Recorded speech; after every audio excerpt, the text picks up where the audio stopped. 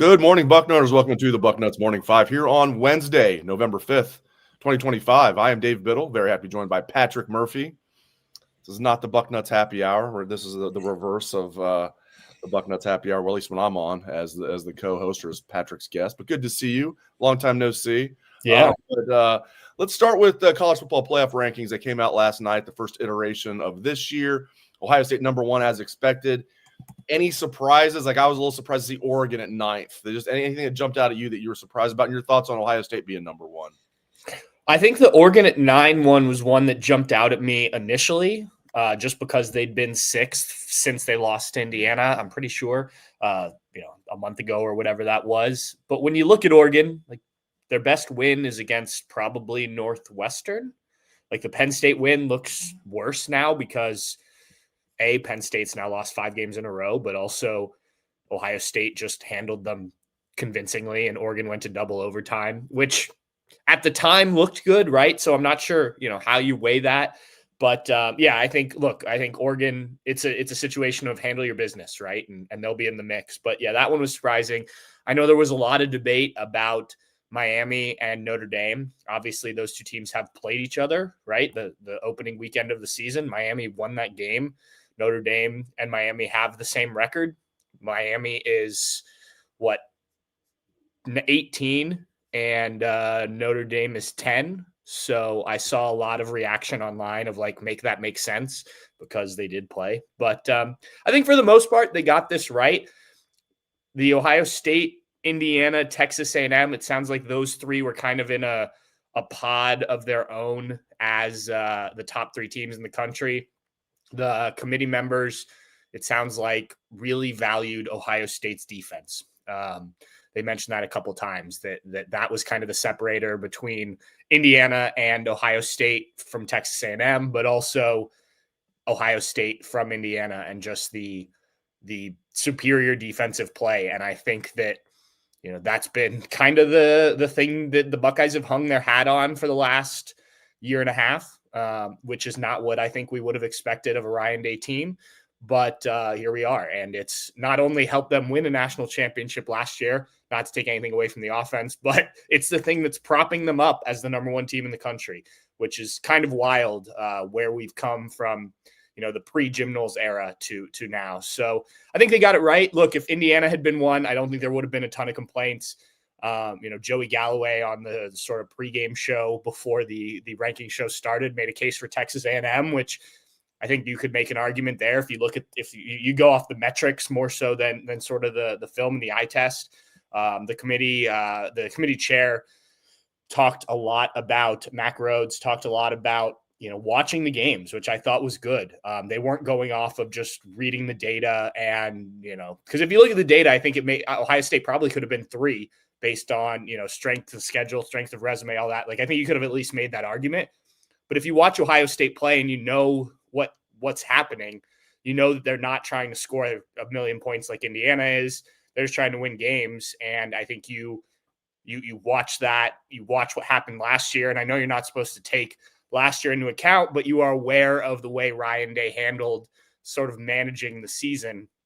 And so I think it's good that they have people in the room. And that was the question I asked on the conference call. Like, when you're watching film, how much are you leaning on the people whose expertise is football and film? There's 3 former head coaches, including Mark D'Antonio, on there. So they said, yes, we definitely do. Those people are experts in that, but that everyone on there is pretty skilled with their, watching the games and kind of understanding it. So I thought that's good, because that's what we do, right? We watch the games, we make assessments. It's not all about what these metrics, analytics tell us about the teams, I think. So important that the actual games are mattering, I think, except in the case of Miami and Notre Dame, which that one did not make sense to me. Yeah, they love Notre Dame. I guess maybe they're excusing because it was early in the season. It's like Alabama's lost to Florida State. People act like that didn't even happen. Like, I mean, it wasn't even a close game, and Florida State's awful. Yeah, people just completely throw it out. It's like, okay, sure. I mean, if you just put a blind resume in, there's no way Alabama would be 4th. No way in this world would they be 4th, but they are. Let's look at this. And that just tells us real quick, Dave, like how little that Texas game would have mattered. I mean, even Texas, with where kind of how their season is going. What are they, 11? Yeah, 11th. Right. And, I mean, look, maybe that's some recency bias because they just had probably their best game against Vanderbilt, who is also in the rankings, but they also smoked Oklahoma. Yeah, that's true. But even that game, you watch the game, it's like sort of back and forth, and it was, they pull away there, which counts. But yeah, I mean, I think it shows you those early games. You can schedule them because if you lose, it's not a huge deal anymore. And I think that's important because I know you and I've talked about it before. Like, we want to see Ohio State play Texas. We want to see Ohio State play Alabama in a couple of years, Georgia after that, right? Not just in the college football playoff, but in the regular season. And so I'm glad that they aren't punishing those teams. I do think those games have to be taken into account for sure, but I don't want to see teams punished. So then we have, what Ohio State had last year in the non-conference, or Penn State this year, because that just makes for an awful first 3 weeks of the season or whatever it is. It's interesting. So we have the 3 Big Ten teams like ranked in the top 9. I think even if Oregon would lose to, they play USC, right? They do play USC. Yeah, they play USC and Washington. They play at Iowa. I mean, like, Oregon's got a little tough schedule to finish out somewhat. At Iowa, against USC, at Washington. I even think 10-2 Oregon would be in if they lost, let's say, a close game at Iowa or lost a close game at USC, but they won the other ones and finished 10-2. I think they'd be in. Ohio State and Indiana are basically locks. Even if something bad happens and Ohio State's 11-1, they're getting in. Ohio State's going to be 12-0 though, going in Indianapolis. Hopefully, here's what's interesting to me. You look at the rankings. So we have the 3 teams that look like locks from the Big Ten, and if I'm betting, I think the odds would back this up. I think there will be just those 3 teams from the Big Ten that make the CFP field, but there's 4 other teams that have a shot. Okay, number 19 USC. If these teams win out, they're in. One of them, USC, Iowa, Michigan. Those are 19, 20, and 21, and then skip 1, 23. Washington. Any of those teams win out, they're in at 10-2. It's pretty wild. Yeah, I think there's opportunities there. The committee chair, Mac Rhodes, again pointed out that the first 2 rankings of last year, Arizona State, who ended up in the playoff, was not a ranked team, which is kind of crazy to think about. So potentially, depending on how things go, there's room for some other teams. I don't know about in the Big Ten because I think they ended up getting in because they won their conference, and it seems like any of the teams that are going to win the Big Ten are currently probably ranked. So it is just wild to think about sort of where teams can come from in this format. But yeah, specifically in the Big Ten, even Michigan, I mean, they're going to have a big say in this thing. If they continue winning, and God forbid we get to the end of November and they win a 5th straight, I think Michigan is in line to go to the Big Ten championship game, right? It would be a lock. Yeah. Oh, yeah. They would. Because isn't that crazy? Because their other loss was out of conference against Oklahoma. Right. It's crazy, man. Yeah, they put themselves in a position where if they can upset Ohio State and Ann Arbor, they're not only going to be in the CFP at 10-2, assuming they win, against Northwestern on the road and Maryland on the road. Purdue gave them a little bit of fits. We'll talk about Purdue here in a little bit, whether or not, because Purdue's been competitive.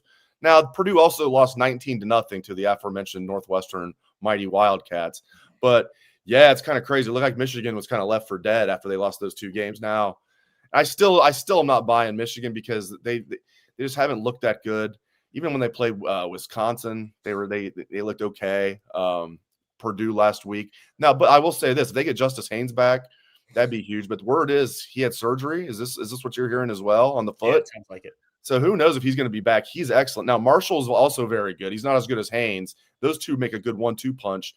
Offensive line, I don't think is as good as maybe it's been the last few years for Michigan, but it's still a good offensive line. They can't throw the ball. They don't have receivers. Underwood's very inaccurate at this stage of his career. He's very athletic. You can tell he's going to be really good.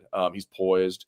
It doesn't look like it's too big for him, but he's just so erratic throwing the ball. But they play good defense and they can run the ball, and they're going to be playing at home. So, yeah, I'm already looking ahead to November 29th for sure. And as I keep saying, Patrick, Ohio State needs to prepare like that's going to be nasty weather that day.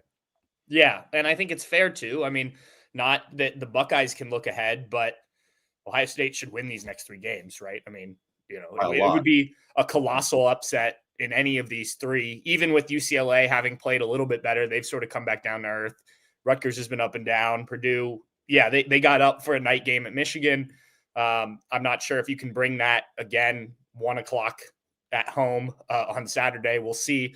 But yeah, I mean, honestly, we could spend the next 3 weeks focusing pretty solely on Michigan.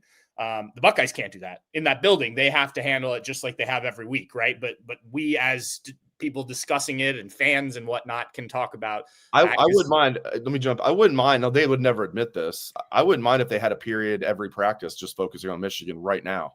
They should do that anyway. They should. They should. Right. Maybe Tressel they do. did. Tressel did. That's right. Maybe they. And Urban said he did. But then we had some players that said, we didn't every week. So who knows if that was a little bit of an exaggeration from Herbs. But I haven't heard that Ryan does that. And I bet if we asked him, just like the Heisman question I asked him yesterday, he shot it down, which I get it. And I thought I gave enough caveats where I was like, I know you got to get there first. I know winning's the most important thing. But if you do get a big lead, for those that didn't hear the question, Buck Rational's making fun of me earlier in the chat, rightfully so. He's like, they shot you down. He did. He was like, no, it's all about winning the game, team. I get that. If you're the head coach, you have to say that.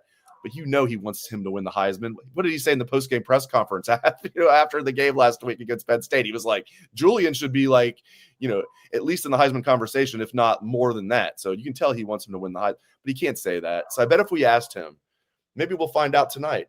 Do you guys have a practice, a period every practice, or however you want to do it, once a week where you're planning for Michigan, or every day? But do you think he'd be honest? No, I do not. No. I think because of how successful it's been week in and week out, focusing on the opponent, even if they did, I'm not sure he's willing to talk about that. Like Caleb Downs was asked last week about it, and he said, and I forget exactly how it came up, but he said, we're playing Penn State this week. And like, look, you and we did this on the Bucknuts Happy Hour a couple weeks ago, talking about how that game needs to stay just as important in the minds of Buckeye and Michigan fans because the rivalry matters, whether it impacts the season and ultimate goals or not, the result of that game. But I think that they can take the approach of, yeah, we definitely want to win that. I think they still need to be, have Michigan in the back of their minds all the time, but they also know what they did last year. And so it's just different. It really is. And I want them to continue to take that game as seriously as ever. I know you do. I know the people in this chat do, people listening, but I do think it's just, we're in a different time. And if this single-minded, opponent focused approach is going to continue to help them win games every week. And, you bring home multiple national championships. I'm not sure how much people are going to complain about that. No. And even though it was my question, I had no problem with the way Ryan Day answered that question. And he gave a pretty lengthy answer. Like, it wasn't like he was just like, no, we got to win the game. He especially when you look at how other coaches treat the media, he's so good to us. Like Bill O'Brien, somebody asked him a very innocuous question earlier this week. I think it was actually yesterday. It was either yesterday or Monday. Bill, you guys are winless in the ACC. You're now 1-8 on the season. This is year 2. Looks like you guys taking a step back. A lot of the fans have asked me, to ask you your feelings on, kind of, do you feel like the program's going the wrong way? It was a very innocuous. It was even nicer than that. And O'Brien just went off on this guy. And I'm like, geez. How about don't be 1-8, dude? Yeah. But don't. And we almost dealt with that, by the way. Although he would have been the assistant coach, he wouldn't have. Ryan would have told him to, hey, be nice to those guys. We'll just talk crap. We'll talk crap about them behind their back. We'll talk crap about them behind their back, but be nice to them. But yeah, and you see how other coaches act. It's just Brian Kelly, now a former coach, how he would treat the media. Somebody asked him earlier this year about the running game not being up to par, and he went off on the reporter for that. And one of the reasons he got fired is they had one of the worst running attacks in the entire country. All right, let's move along. So I found it interesting yesterday when Ryan Day was asked about right guard and those 3 guys that got banged up. I went back and listened. He was asked, but by name, Padilla, Tegra, and Luke Montgomery. He kind of paused and he said, yeah, 2 of those 3 will practice today, meaning yesterday. The other one we're not sure about. We'll have to monitor as we go through the week. I don't know who I haven't done that much digging on it, but I don't know who is the one who is in question. Have you heard? And just what did you make of those comments from Coach Day? Yeah, I think it's interesting. You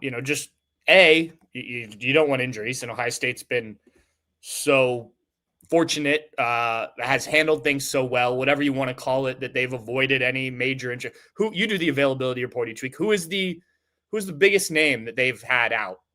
Bryson Rogers, Edric Houston. Malik Edric would have been the big. You're talking about guys. You're trying to think of anybody who started this season as a starter. Edric would be one.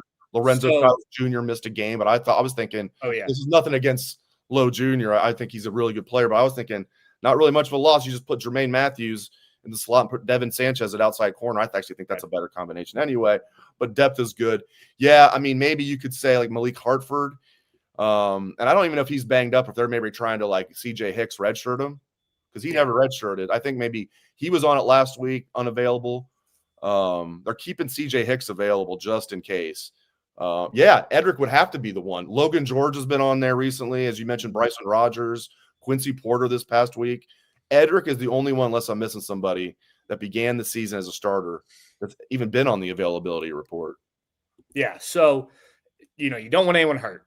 You want to have your best guys, but it is football. There are going to be injuries.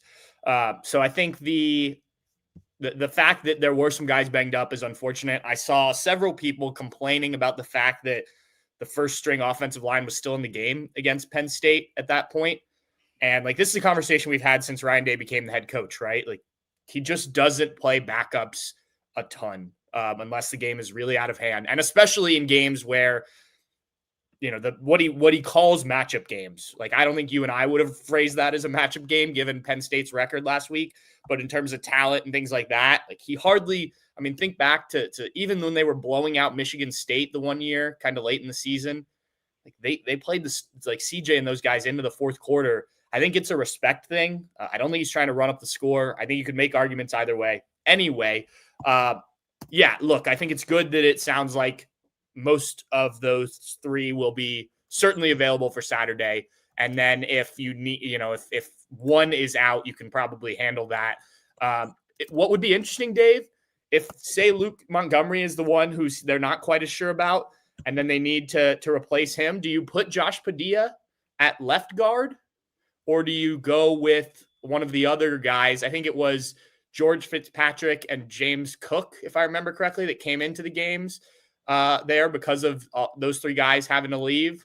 So is it like George Fitzpatrick at left guard? Like, it would be interesting to see what you do, because we know Fitzpatrick's not here. Fitzpatrick's not here anymore. Van Sickle. Van Sickle. Sorry. Yes, Get me thinking there. I was like, wait a minute. Yeah. No. We've got like 105 guys on this roster. We can mix. Trust me, I've mixed up names many times. Yeah, confusing my G names there. But yeah, I think it would be interesting. You don't want to see it. You want to see Luke out there. But I do think it would be interesting to see what you would do, because if Tegra's out, you're putting Josh Padilla in at right guard, right? So who would it be that steps in there? How would they handle that? Because Ryan Day has said Josh Padilla is that sixth man on the offensive line who can play multiple positions. So can he play left guard? I don't know. I hope for Buckeye fans' sake we don't find out. I'm going to get back to this. I put this up earlier because I just saw the first part, but I do want to get to the question here. This is from Zach on YouTube. This is to Patrick and I. Do you guys feel that Julian Sayin is getting enough love for how well he has played? It seems other sports commentators are acting like he is just an above average quarterback. I did feel that way. I think now, I hear people just absolutely gushing about him. I think he's really turned heads these last 2 games, these last 3 weeks, because they had that bye week mixed in. But that Wisconsin game followed by the Penn State game, and not just the stats. When people watch what he's doing, Patrick, it's like, geez, NFL throw, NFL throw, NFL throw, NFL throw. And I think it's gone from, they're not playing anybody, and he's got the 2 best wide receivers in the country, which people are still kind of saying that to, yeah, that's true, but this kid is the absolute real deal. And I come back to this, whether or not sports commentators are slow to the party, late to the party, which they were, he is the betting favorite. He is the betting favorite. He's got the best odds to win the Heisman right now. I think he's going to win it. I do think he's better than Mendoza. But yeah, your thoughts on the question from Zach here. I think the Penn State game changed a lot of people's opinions. I think not only did people watch that, but Dave, there were a lot of the national media in the press box on Saturday that at Ohio Stadium. So they got to see Julian firsthand. And I think that sort of changes the narrative when you have games like that. And I know Penn State, losers of 4 straight, right? But it's still Penn State. It's still Jim Knowles' defense. Like, to do that against them. Now, we can talk about why Jim Knowles was playing man on Jeremiah Smith or Carnell Tate, but that's a different conversation. So yeah, I think Saturday's game was one where sort of everyone's eyeballs were on Julian, and the perception started to shift from this is a guy who, like, early in the year, because most people, if you think about it, like, they've watched the Texas game and maybe Washington, maybe Illinois. And I think we don't say many positive things about big noon kickoffs, but that is one thing of, like, when you have Ohio State and Penn State or Ohio State, Michigan, or, if there's other games that get that one, like, if that's a big game and it's going to attract eyeballs, that's where everyone's looking, including the national people. So I do think that helped. And I think as you go along, if Julian continues to just put up numbers, everyone's eyes will be back on the Michigan game. You and I have talked about this already. That's an opportunity for that Heisman moment type of thing if you're the Ohio State quarterback that finally beats Michigan. So, yeah, I think the perception has started to change. Also, Ryan Day has started to unleash him, right? Like, this is the offense runs through Julian Sayin now. They're not trying to force the run game when it's not there. I knock on wood here to make sure that they don't do that against Michigan. Things like that they've opened it up. And so the more Julian is playing and sort of running the show, and especially doing it in big games, the more attention he's going to get. And I think, we've watched it all season. It's hard to deny. Now, I haven't watched every throw of Ty Simpson or Fernando Mendoza, but he's very much in that conversation, if, like you said earlier, not the front runner.